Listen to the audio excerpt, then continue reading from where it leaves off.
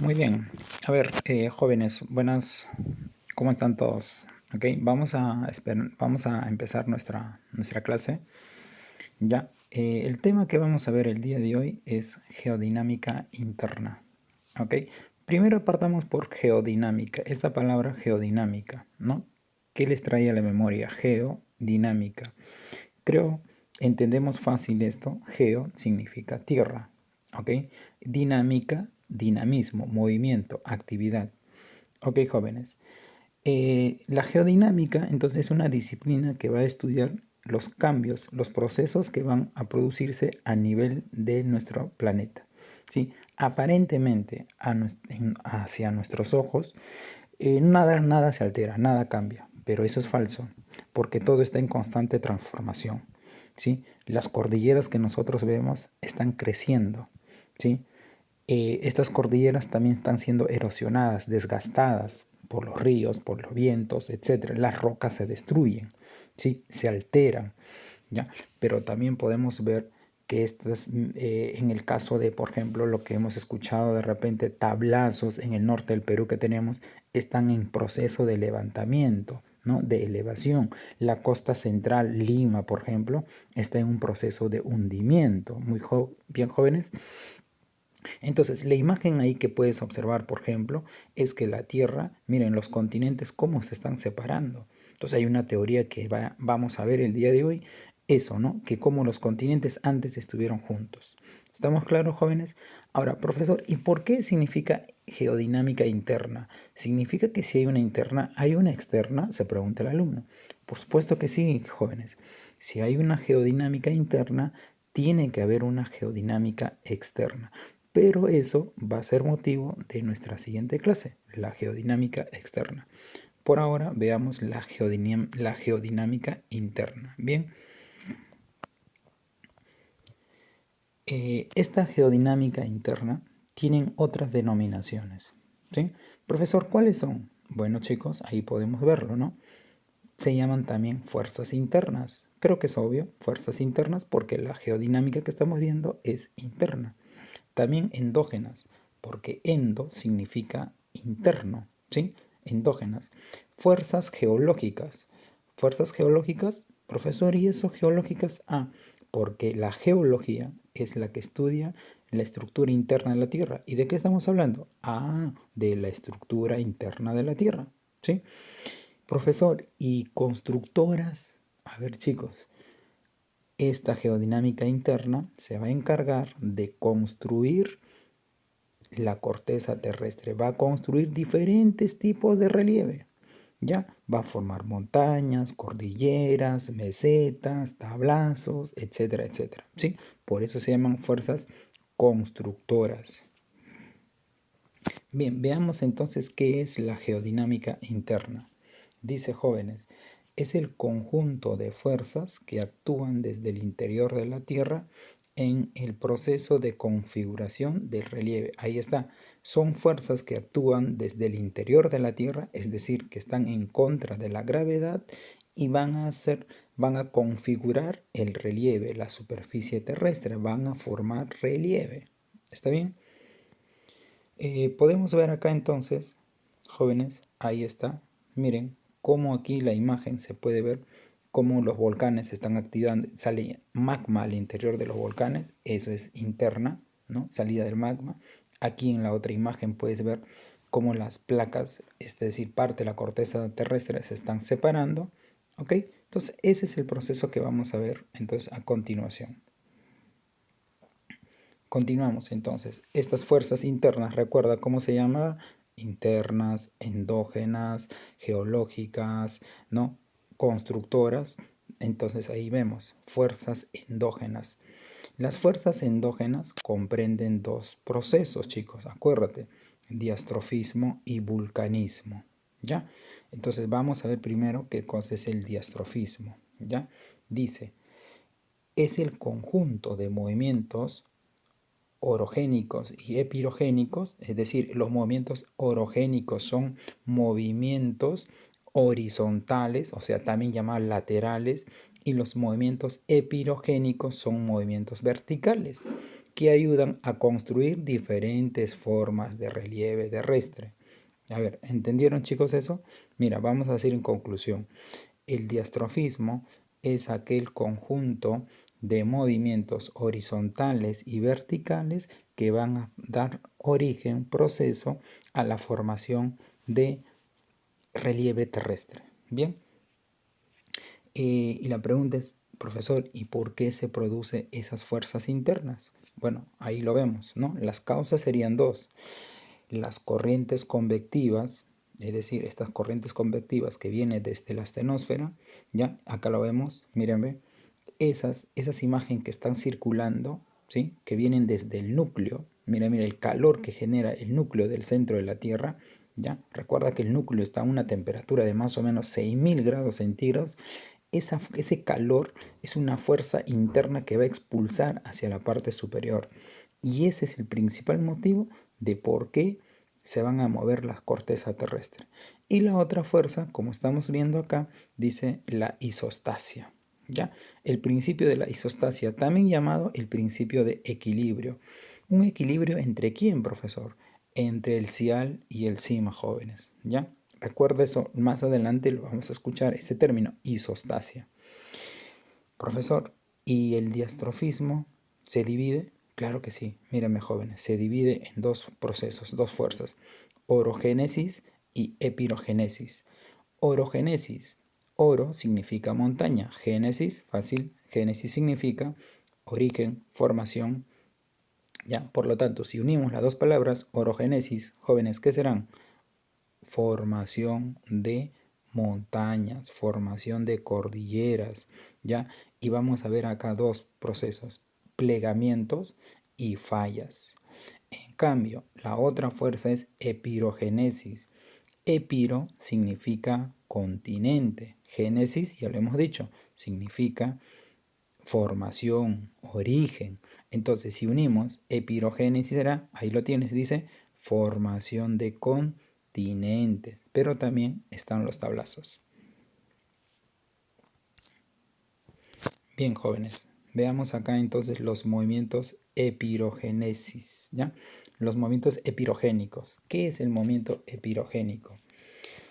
Dice, son movimientos tectónicos que actúan verticalmente, no te olvides, ya la misma he visto anteriormente eso. Los orogénicos son horizontales, los movimientos epirogénicos son verticales, ¿ya? Entonces son movimientos tectónicos que actúan verticalmente, ocasionando elevaciones y hundimientos de extensas áreas de la corteza terrestre. Ello ocurre debido a la isostasia. Ahí está. ¿Te acuerdas? Anteriormente te dije, acuérdate de la isostasia, que era equilibrio, ¿ya? Esta es la tendencia que tiene la superficie terrestre para lograr un estado de equilibrio. Ahí está, chicos. Relaciona eso. Isostasia, equilibrio, ¿ya? Profesor, en conclusión, ¿qué es la epirogénesis? Bueno, sencillo. Vamos a resumir así. Es un movimiento, ¿ya? De un movimiento horizontal, perdón, es un movimiento vertical, ¿ya? Vertical de ascenso y descenso de la corteza terrestre. Simple, ¿sí? ¿Ya? A ver, otra vez, dice, la epirogénesis es un movimiento vertical de ascenso y descenso que sufre la corteza terrestre, ¿ya?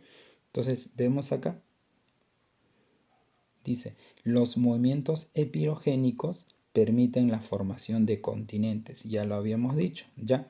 Para lo cual va a haber dos teorías que expliquen sobre el origen de estos continentes. Tenemos la teoría de la deriva continental.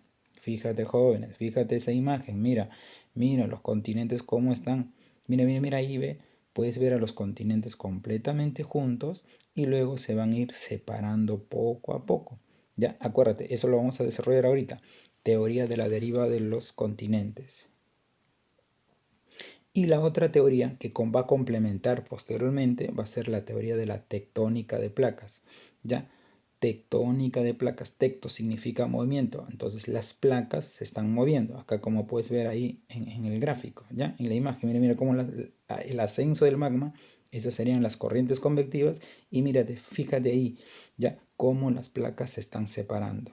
¿ya? No solamente se pueden separar, chicos, si hay un punto donde se separen, en el otro lado van a chocar. Profesor, choque de placas. Eso me hace recordar. Ah, ajá, muy bien. Seguramente estás pensando eso. Choque de placas. ¿Qué ocasiona, chicos? Choque de placas. Ah, me dirás, profesor, sismos. Claro, efectivamente, provocan los sismos. ¿Ya, chicos? Al final vamos a ver todo. Esto ocasiona sismos. Bien, como hemos dicho, la teoría de la deriva continental. ¿Ya?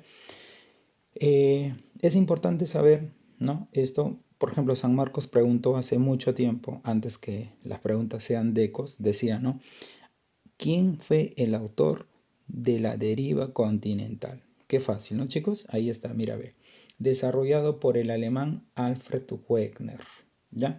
Afirmaba, dice, que los actuales continentes se originaron de un macrocontinente primitivo llamado Pangea, el cual se fragmentó dando origen a dos bloques llamados Laurasia y Gondwana, ¿ya? Y que luego, bueno, estos se desplazaron. Veamos ahí la imagen, jóvenes. Mira, ve. Ahí tenemos 5 imágenes, ¿sí? En esas 5 imágenes, concéntrate en la primera, donde dice ahí claramente Pangea. ¿Qué puedes observar en esa imagen? Ah, profesor, todos los continentes están juntos. Ah, mira, compara la imagen 1 con la imagen 5, jóvenes, ¿ve? ¿Ya? Mira, aquí en la imagen 5 los continentes están totalmente separados, pero si tú regresaras en el tiempo, los continentes se van a unir y mira, ve, Pangea. ¿Qué significa Pangea? Pan es todo, Gea, tierra, toda la tierra juntas. Pero está rodeado por un solo océano. Profesor, ¿y los océanos Pacífico, Atlántico, Índico? Te preguntarás. No, no existen todavía esos océanos. Solo está un solo. Si hay un solo continente, va a haber un solo océano. Ese único océano se va a llamar Pantalasa, ¿ya? Pan, todo. Talaso significa mar, océano, ¿ya? Ahora, vamos a la imagen 2. Dice, ¿qué pasó con Pangea? Wegener dice, debido al movimiento de rotación, ¿ya? Pangea se va a disgregar, o se va a romper en dos bloques, dos grandes bloques. Al norte Laurasia y al sur Gondwana, ¿ya? Entonces, eso habría ocurrido más o menos hace 200 millones de años. Y en el medio de Laurasia y Gondwana, mira, puedes leer ahí, dice Mar de Tetis, ¿ya? Entonces, entre Laurasia y Gondwana se formó un mar primitivo. Es el Mar de Tetis. Profesor, ¿y ese Mar de Tetis qué es ahora? Ah, sencillo. Ese Mar de Tetis es hoy el Mar Mediterráneo.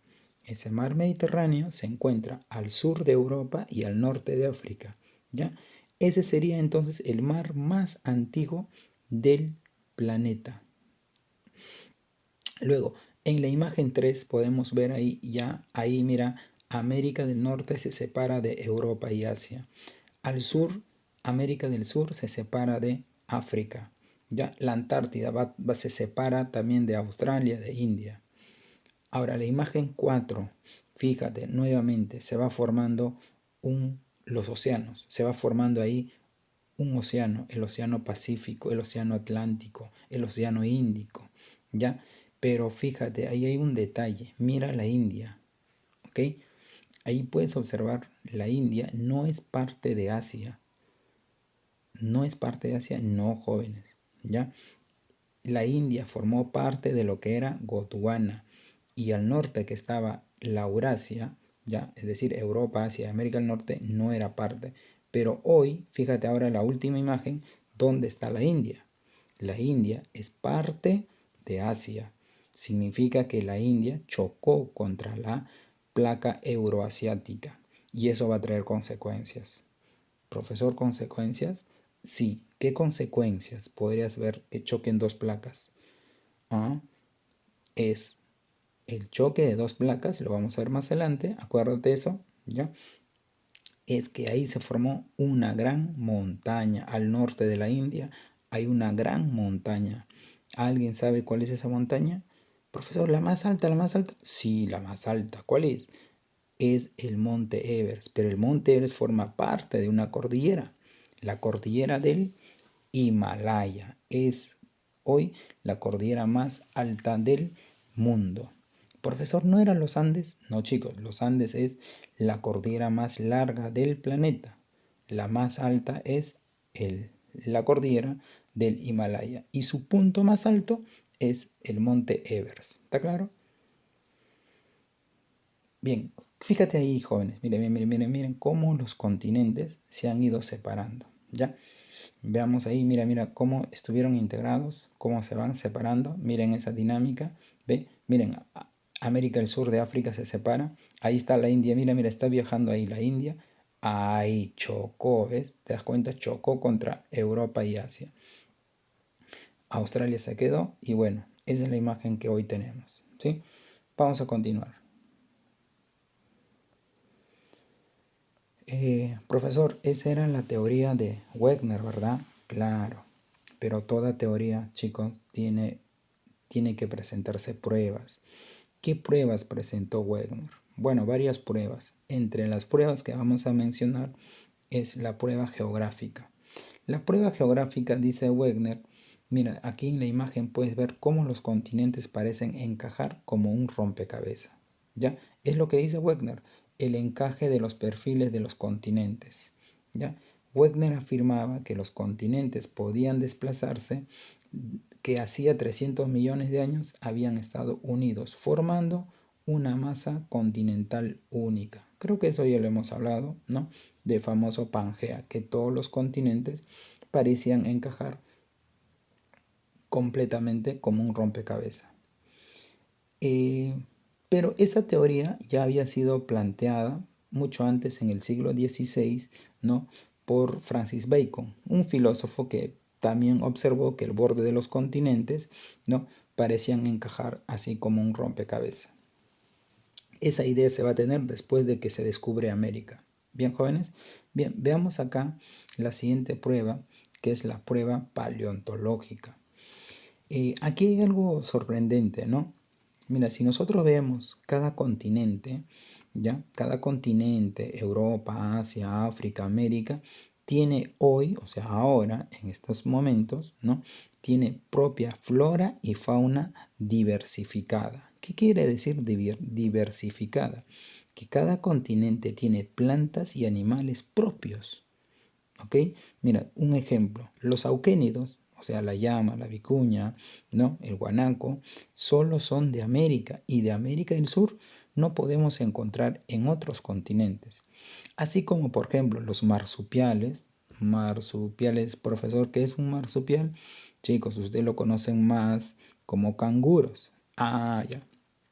Estos canguros solo lo podemos encontrar en Oceanía, en Australia, en Nueva Zelanda, ¿ya? Pero no hay aquí en América, no hay en Europa, no hay en Asia. Ah, profesor, ya estoy entendiendo. Muy bien. Pero fíjate ahora esa imagen.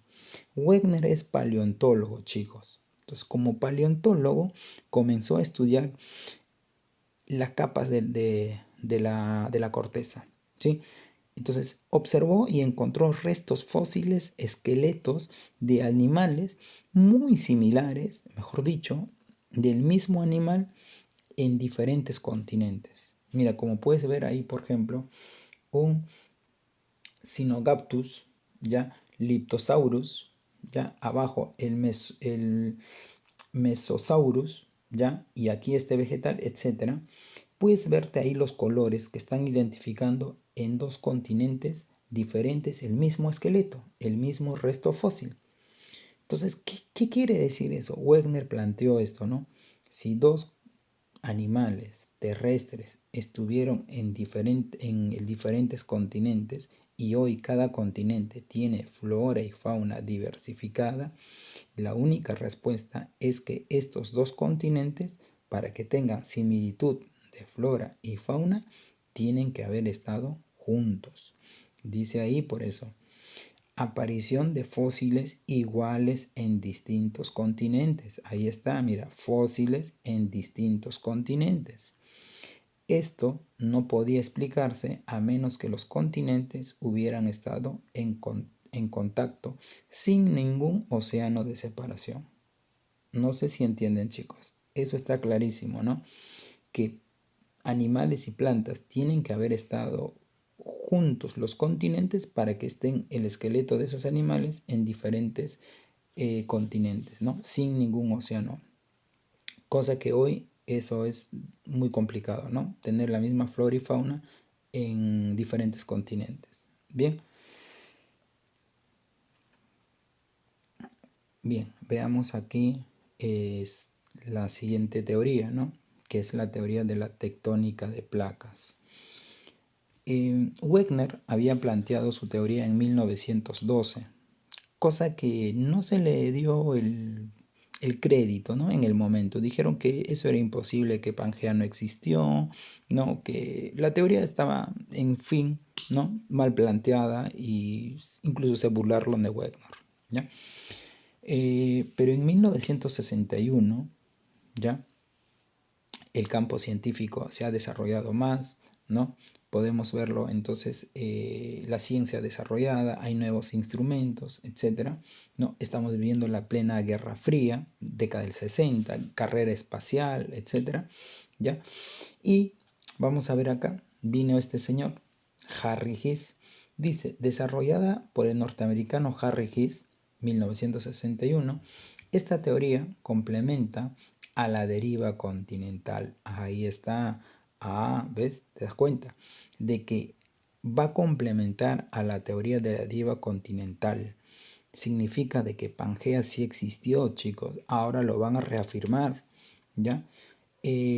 Dice, esta teoría complementa a la teoría de la deriva continental y considera que la corteza terrestre está formada por una variedad de bloques, placas, que interactúan de manera permanente.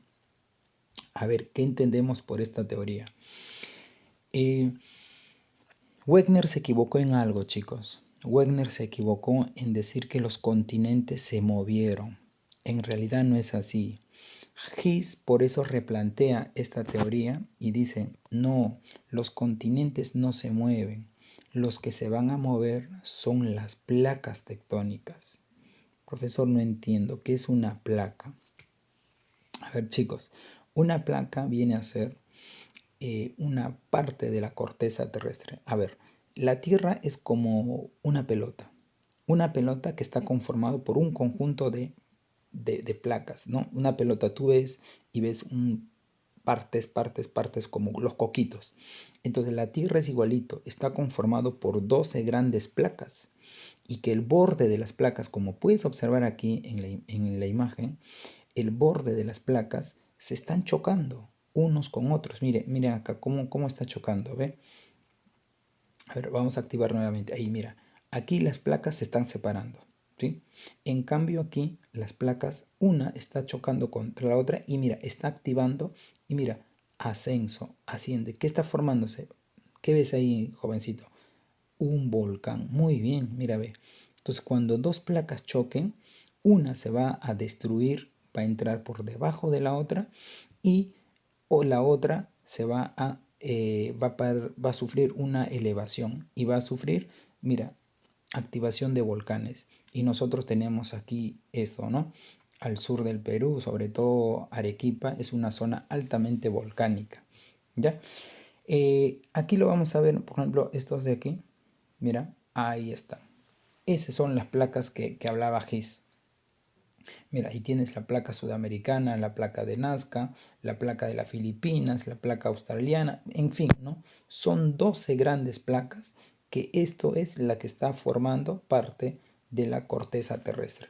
Y los continentes, profesor, los continentes descansan sobre esas placas. Entonces, en realidad los continentes no se mueven, jóvenes. Los que se van a mover son las placas tectónicas. ¿Estamos bien ahí? Bien, avancemos entonces. Veamos acá, dice cuando las placas colisionan, es decir, cuando las placas chocan, ¿ya? ¿Qué va a producirse? ¿Qué va a ocasionar? ¿Ya? Veamos acá primero, dice, choque de una placa oceánica con una continental. Vamos a aclarar primero aquí, que existen dos tipos de placas, ¿ya? Una placa es una placa continental y otra placa es placa oceánica. Entonces tienes dos placas. Si tú haces razonamiento matemático, análisis combinatorio, chicos, ¿cuántas combinaciones podrías sacar con dos elementos? ¿Mm? ¿Cuántos serían? ¿Cuántas posibilidades tienes? Tres, ¿verdad? Muy bien, vamos a ver entonces esas tres combinaciones.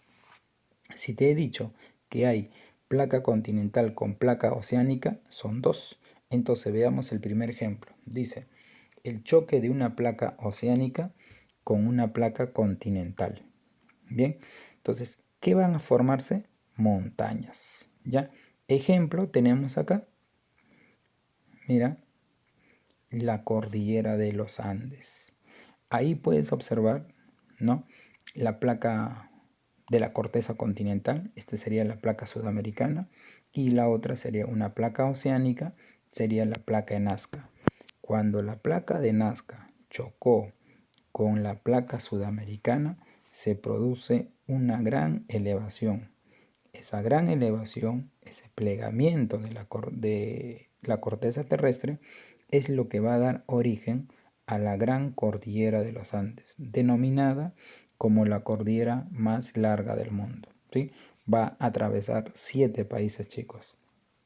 Entre ellos serían Venezuela, Colombia, Ecuador, Perú, Bolivia, Chile y Argentina.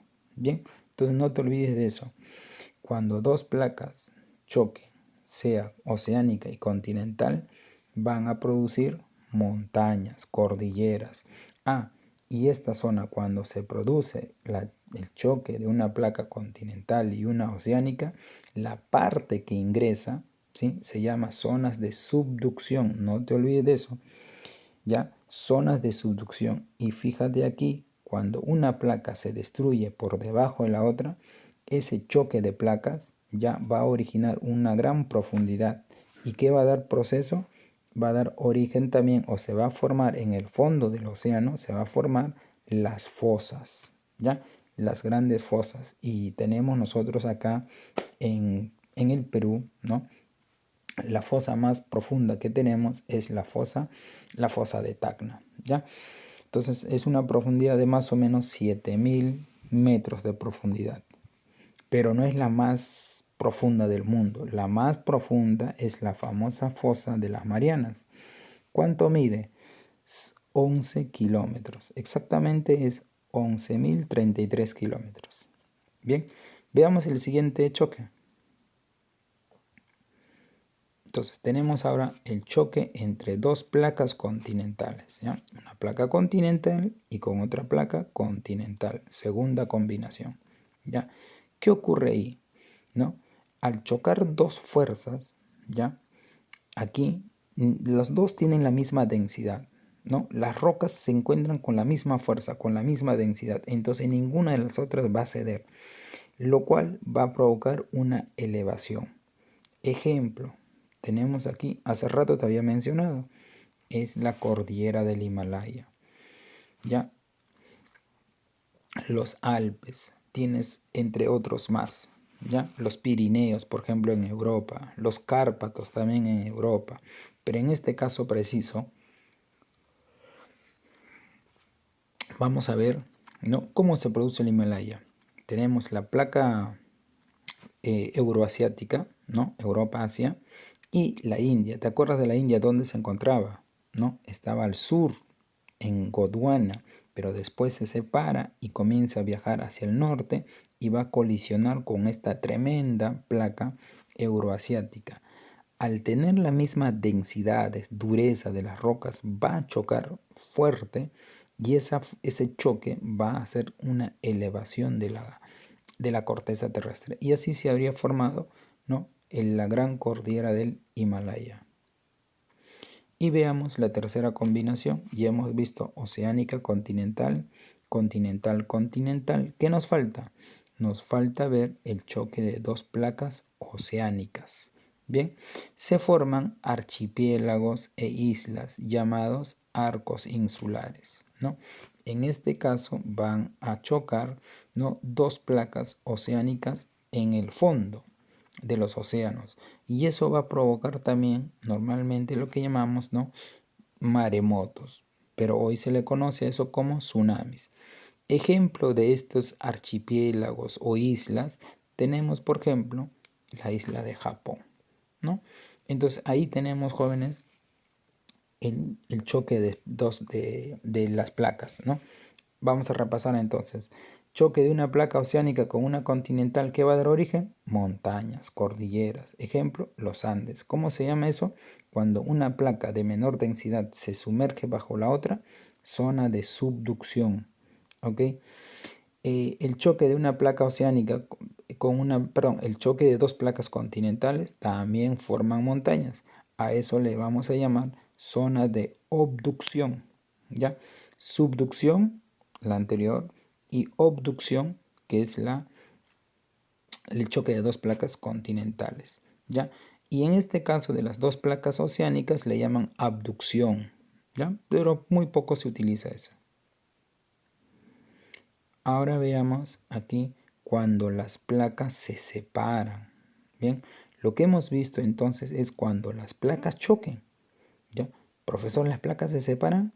Claro que sí, jóvenes. Si vemos que en una parte las placas van a chocar, en otra parte se van a separar. ¿Sí?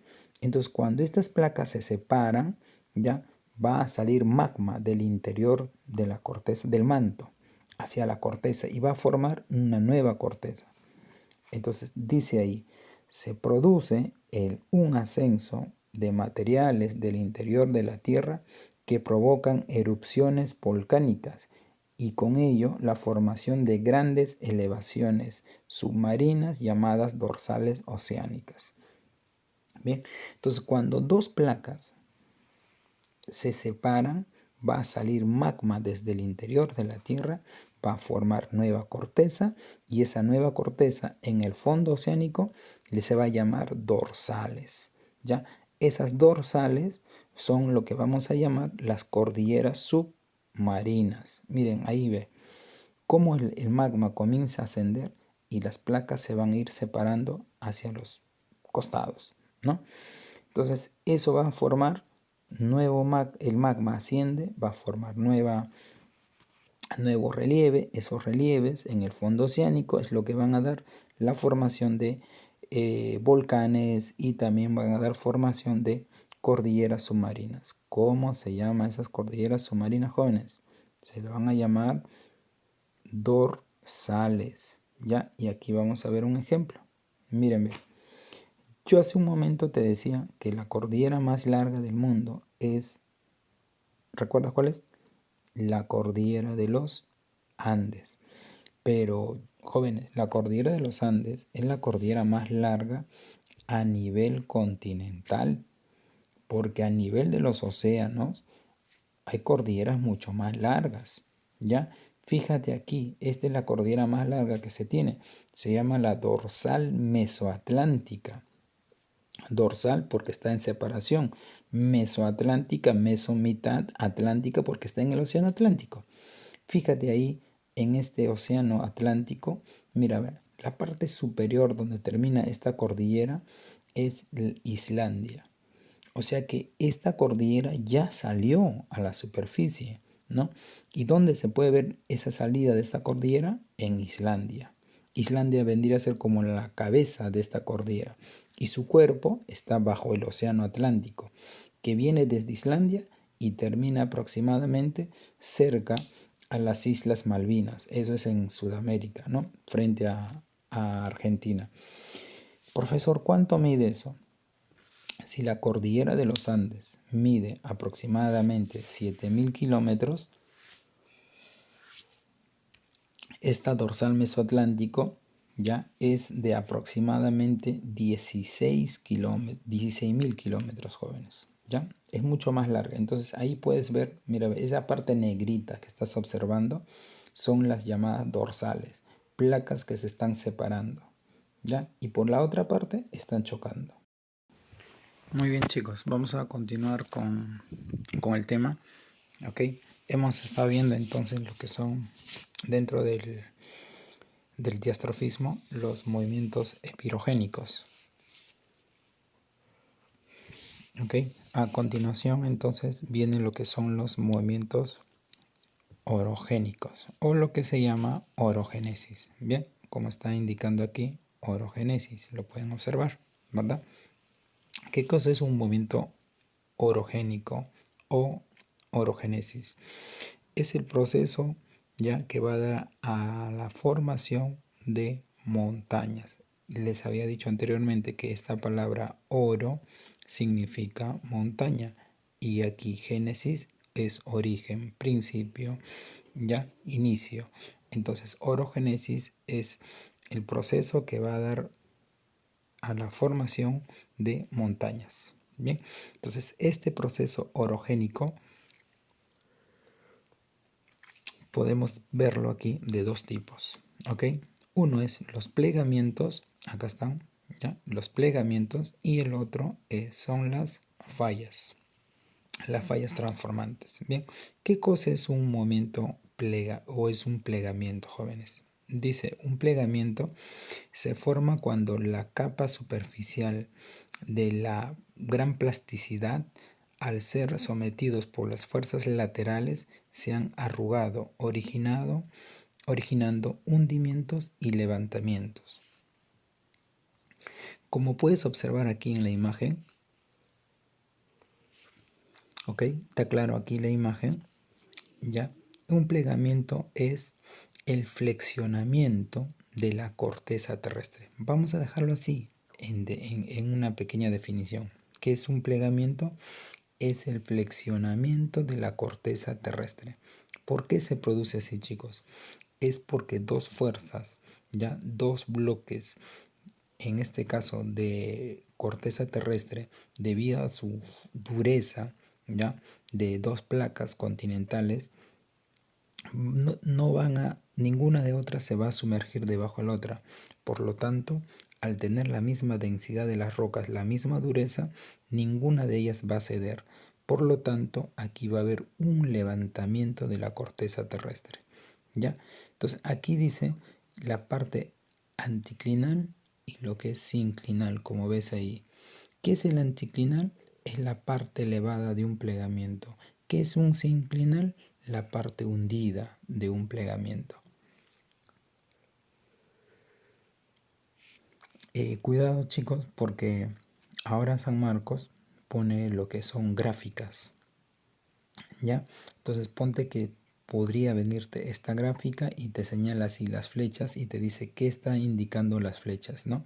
Entonces, eh, repito entonces, la parte elevada se llama anticlinal y la parte hundida se llama sinclinal. Profesor, ejemplo de esto. Bueno, la parte elevada acá en el Perú podemos tener ejemplo de un anticlinal, sería la cordillera de los Andes, ¿ya? En este caso, la cordillera Blanca. Profesor, ¿y ejemplo de un sinclinal? Bueno, un sinclinal es la parte hundida. Entonces, dentro de la misma cordillera Blanca, ¿sí? Nosotros tenemos aquí en esta zona, ¿no? Que es un gran valle, ¿no? Un gran callejón. Tenemos el callejón de Huaylas. Dentro del callejón de Huaylas, aquí podríamos encontrar pues la ciudad de Huaraz, Yungay, Caraz, ¿no? Etcétera. Entonces, en conclusión, la parte elevada que se llama anticlinal son las partes elevadas, podría ser cordilleras, ejemplo, la cordillera Blanca. Y la parte aquí cóncava, ¿no? La parte hundida son lo que son los valles. Ejemplo, lo hemos dicho, ¿no? El Valle Huaraz, Yungay, etc. Ahora, por el otro lado están las fallas, ¿ya? Las fallas transformantes. Acá puedes ver, por ejemplo, acá en la imagen que estás viendo aquí, jóvenes, mira, ve, dos placas como chocan, dos placas colisionan y ninguna de ellas se mete por debajo de la otra y aquí va a haber una gran elevación. Bien, entonces regresamos aquí a las fallas, mira, ve. Lo que ves aquí es que en ninguna de las fallas aquí no va a haber un choque de dos placas.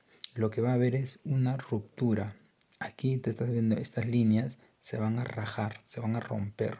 Entonces al romperse, una de ellas se va a hundir y la parte elevada también va a quedar ahí. ¿No? Como puedes verte aquí, ¿qué cosas son las fallas? Dice, es la brusca, ¿no? Es la brusca ruptura de la corteza terrestre debido a la poca plasticidad de las rocas, ya forman mesetas y depresiones. A ver, veamos aquí. Al igual que el anticlinal y el sinclinal, la parte elevada de una falla aquí se llama horst y la parte hundida se llama graben. Profesor, ejemplo de esto. Bueno, en el ejemplo tenemos, por ejemplo, en el Perú, jóvenes, tenemos aproximadamente, según el Instituto Geofísico del Perú, el Perú tiene aproximadamente 200 fallas, jóvenes. Y si revisamos esto, las fallas, pues, jóvenes, están relacionados al origen también. Donde hay una falla, va a haber un movimiento sísmico. ¿Ya? Entonces, les decía, ejemplo de falla, ejemplo de Horst y Graben. ¿Ya? El Horst es la parte elevada y dice acá mesetas. ¿Dónde tenemos mesetas, chicos? Ustedes lo saben. La meseta más alta del Perú, la más extensa, perdón, no la más alta lo tenemos acá en la meseta de Guayay, que está en Pasco.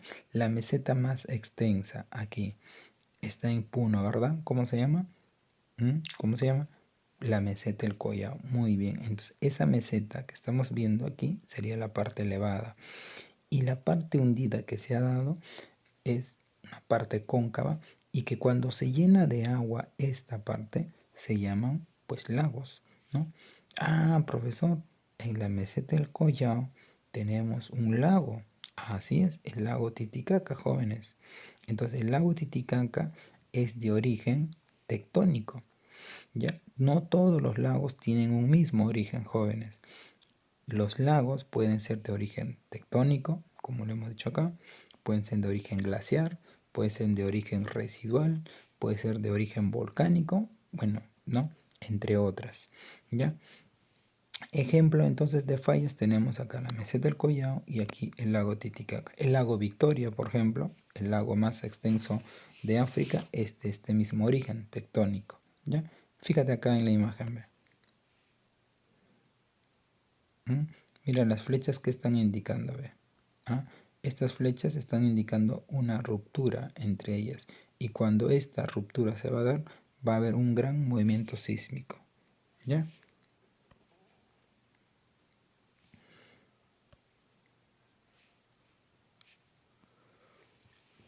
Bueno, hasta ahí es lo que corresponde a lo que es el diastrofismo. Pero dijimos que la geodinámica interna comprende dos fuerzas, dos procesos, que es el diastrofismo y el otro es el vulcanismo. A ver, vamos a aclarar aquí algo, chicos. El término vulcanismo, como está aquí el de azulito, ya significa también el magmatismo que está aquí. ¿Ya? Profesor, a ver, no entiendo bien. ¿Es vulcanismo o magmatismo?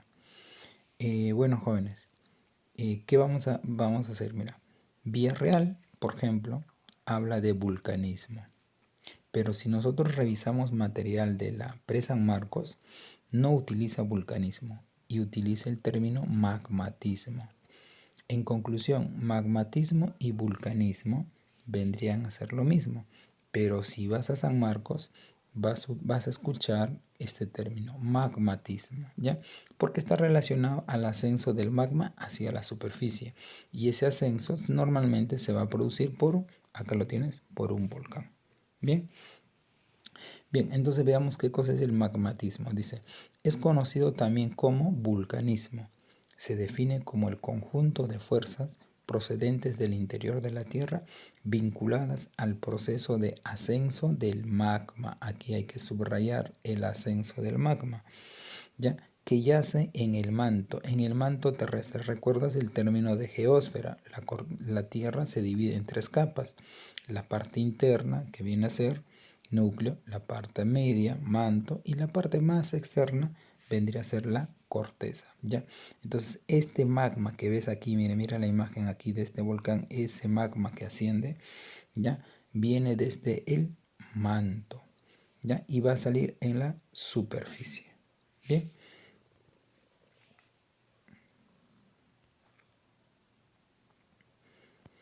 El magmatismo o el vulcanismo, ¿ya? Corresponden a dos fuerzas, dos vulcanismos. El vulcanismo intrusivo y el vulcanismo extrusivo, que está acá. Bien, primero veamos acá entonces, nos concentramos en el vulcanismo intrusivo. ¿Qué es? El vulcanismo intrusivo es el ascenso del magma hacia la superficie. Pero ojo, jóvenes, intrusivo significa que el magma que va a ascender aquí desde el manto no va a lograr salir a la superficie. Fíjate aquí, ya, la superficie, el magma no va a salir. Entonces, lo que va a ocurrir es que al interior de la corteza terrestre, este magma, por la presión interna del manto, del núcleo, este magma va a comenzar a ascender y va a querer buscar, por la presión interna, va a buscar salidas. Pero al buscar salida no va a encontrar. Pero por lo tanto, en las fisuras que hay en la parte interna de la tierra, de la corteza, este magma va a ascender y se va a posicionar en esos lugares, ¿ya? Entonces, según la forma que se tiene acá, va a tener diferentes denominaciones. Puede ser llamado batolito, lacolito, dique, sil, manto de lava, lopolito, facolito, entre otros, ¿ya? Veamos entonces cada uno de ellos. Si a ti te preguntan qué es batolito, vas a decir así: el batolito es el magma petrificada al interior de la corteza. Profesor, ¿y qué cosa es un lacolito? Acá, lacolito, magma petrificada al interior de la corteza. ¿Se parece al batolito? Si es así. ¿Y qué es un dique? Magma consolidada al interior de la corteza. Profesor, los tres términos son iguales. Claro, al igual que el sil, también es magma consolidada. ¿Y cómo sé la diferencia? Sencillo, jóvenes. La diferencia está en su forma. Si tú ves, ¿no?, magma petrificada de gran tamaño, como ves aquí, amorfo, no tiene forma, es de gran dimensión, entonces es un batolito. Y si ves aquí la forma, mírame, este de aquí, este es la colito. ¿Qué forma tiene, chicos? La forma de un hongo, ¿verdad? Entonces, si tiene la forma de un hongo, ya será así: magma petrificada al interior de la corteza en forma de hongo, ¿ya? Entonces hablamos de los lacolitos. Ejemplo de un lacolito tenemos aquí, no, es porque acá, mira, fíjate, la corteza terrestre se levanta, pero el magma no ha logrado salir. Ejemplo, tenemos en el RIMAC, el Cerro San Cristóbal. ¿Ya? El Cerro San Cristóbal es ejemplo de un lacolito.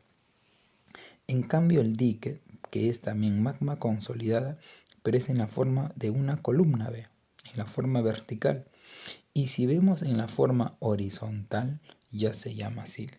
¿Ya, jóvenes? Entonces, a ver si me entendieron aquí. Si yo digo magma petrificada al interior de la corteza terrestre de gran dimensión que forma la base de los sistemas montañosos, ¿cuál será? Batolito. Y si digo magma petrificada al interior de la corteza en forma de hongo, lacolito.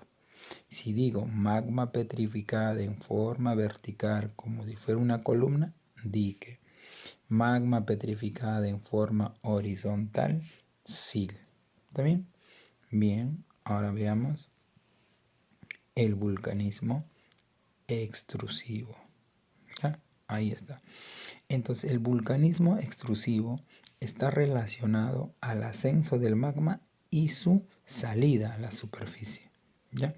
Entonces, lo podemos ver de varias formas, el vulcanismo extrusivo. Su manifestación del vulcanismo extrusivo se puede dar de varias expresiones. La principal lo obtenemos acá, ¿sí? La principal es mediante el magma que va a ascender y la salida hacia por los volcanes, ¿ya? Entonces, tenemos acá partes de un volcán, que es muy importante que sepas, ¿no? El volcán tiene 4 partes principales, ¿ya? Una de ellas lo tenemos acá, es cámara magmática, o también llamado foco magmático, ¿ya? ¿Qué es la cámara magmática? Es donde se concentra el magma, ¿ya? Luego, la parte por donde sube el magma, ¿no? Que lo denominamos así, parte del volcán por donde asciende el magma, se llama chimenea, ¿ya? Entonces, ahí chimenea. Ahora, ¿qué cosa es la boca del volcán aquí? Eso se llama cráter, ¿ya? Cráter. Y debido a que el volcán erupciona y la lava se va hacia los costados, como puedes ver aquí, ¿no? Hacia los costados, entonces va a formar una forma cónica, que le llamamos acá, ¿ve? Cono volcánico, ¿ya? Entonces, jóvenes, cuatro partes. Cámara magmática, lugar por donde asciende el magma, chimenea, lugar por donde sale la boca del volcán, cráter, ¿ya? Y luego tenemos lo que es el cono volcánico. Bien, y aquí tenemos otras manifestaciones de lo que es un vulcanismo extrusivo, ¿ya? Aquí, ¿qué cosa será? Mira, jóvenes, acá corteza terrestre y humo, ¿no? Eso le llamamos fumarolas, ¿ya? Fumarolas. Aquí tenemos otro. Mírenme, igual, se parece al anterior, profesor. Claro, es como que si la Tierra estuviera fumando, ¿verdad? Por ejemplo, acá adelante fumarola. Pero aquí es diferente. Es muy parecido en este caso, pero se llaman, debido al gas que sale, se le va a llamar solfataras. Profesor, mire el suelo, ¿qué color tiene? Ah, tiene un color muy característico, ¿no? Mira, ve, medio amarillento. ¿Por qué creen que es ese suelo color amarillento, jóvenes? ¿Mm? Es porque esto es ácido sulfúrico. Mira, ve, azufre. Por eso el suelo está teniendo ese color, ¿ya? Solfataras. Luego, esto de aquí, ustedes lo han visto seguramente, ¿no? Mira, ve, son volcanes, pero en este caso de agua, ¿no? Que pueden luego salir disparados a grandes alturas. Eso le llamamos geysers. Y obviamente, seguramente ustedes han visitado aquí, ¿no? ¿Cuánto no ha ido a unas aguas termales? ¿Ya? La más conocida que tenemos en el Perú, bueno, podemos mencionar a los baños del Inca, como ves acá, ¿no? Están los baños de Churín, los baños de Chanco, ¿no? Aguas calientes, entre otras.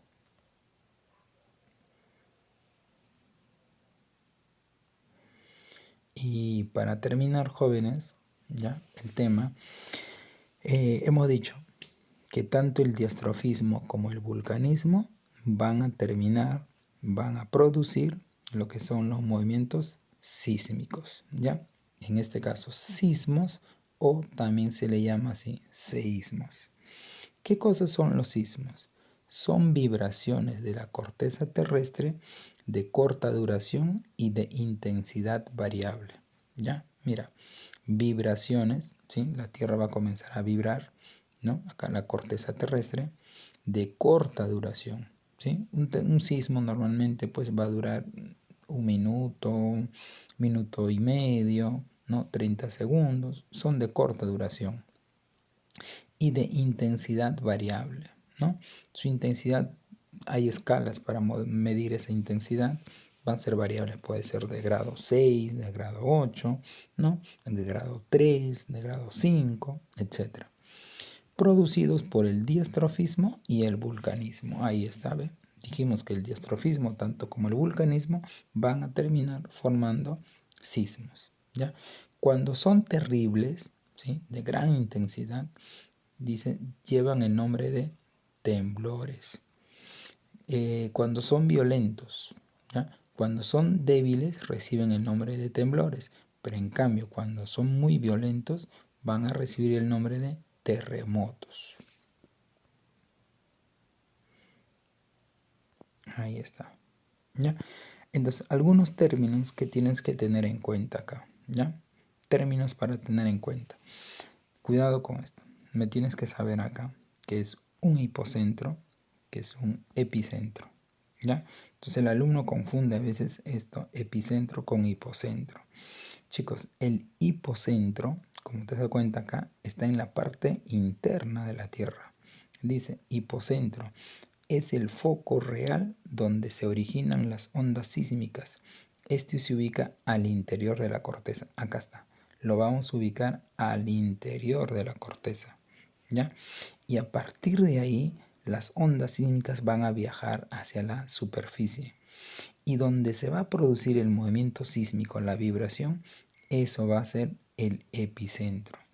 Epicentro entonces es la parte de la superficie terrestre donde el sismo alcanza mayor intensidad. Ten en cuenta eso. ¿Ok? Ahora, existen dos escalas para poder medir la intensidad o la magnitud. ¿Ya? Entonces, veamos acá, ¿qué es la magnitud? La magnitud se refiere a la cantidad de energía liberada. ¿Ya? Y la intensidad se refiere al efecto local registrado en el epicentro. Entonces, si tenemos que relacionar hipocentro, lo vamos a relacionar el hipocentro con magnitud o intensidad, jóvenes. ¿Qué dirán? Mira, hipocentro abajo. Magnitud se refiere a la cantidad de energía liberada. Entonces, la magnitud va con el hipocentro y la intensidad, dice, se refiere al efecto registrado en el epicentro. Ahí está. Pero te hablaba de que hay dos escalas, ¿no? La escala de Richter y la escala de Mercalli. Acá están. ¿Ve? La magnitud se registra mediante la escala de Richter, mientras que la intensidad se registra con la escala de Mercalli. ¿Ya, jóvenes? Entonces, no olvidarte. Magnitud Richter, intensidad Mercalli. ¿Ya? ¿En qué se diferencian? Bueno, ya acá lo hemos dicho, ¿no? Que Richter mide la magnitud y la magnitud es la cantidad de energía liberada. ¿Y qué cosa mide Mercalli? Mercalli mide la intensidad. ¿Y qué cosa es intensidad? El daño que ocurre en el epicentro. ¿Ya? Otra diferencia entre Mercalli y Richter podemos mencionar es que Mercalli mide en números romanos y va de 1 hasta el 12. En cambio, Richter mide de 0 a 10 y va en números arábicos, ¿ya? En números naturales. Muy bien, chicos, hasta aquí hemos concluido el tema que es de geodinámica interna. ¿Ok? Quiero que vean este resumen, ¿ok? Es muy importante.